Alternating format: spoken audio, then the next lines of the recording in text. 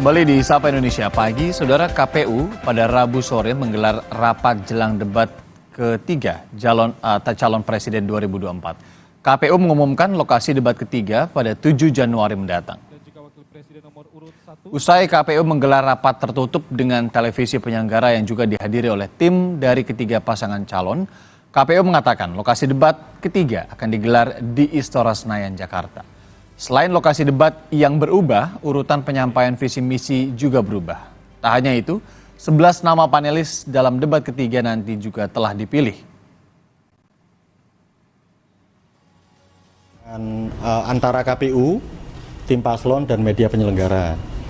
Jadi untuk debat ketiga itu akan dilaksanakan pada 7 Januari tahun 2023 bertempat di Istora.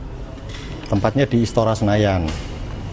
Temanya itu pertahanan, keamanan, hubungan internasional, globalisasi, geopolitik, dan politik luar negeri.